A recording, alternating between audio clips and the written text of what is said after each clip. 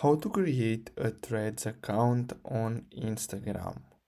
So basically what you're gonna have to do is simply download the Threads app on your device, and after that what you're gonna have to do is simply open it.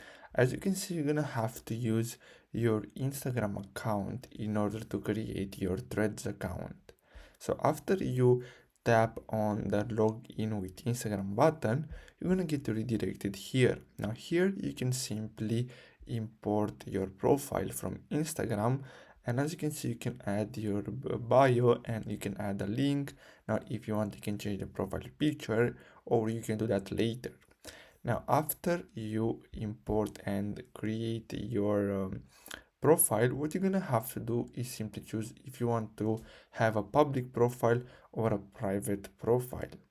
Now after you choose that, what you're gonna have to do is to simply choose if you want to follow your Instagram followers. So you're gonna see here that they're gonna suggest you people that you are following on Instagram that are using Threads. So if you want, you can follow them on Threads as well.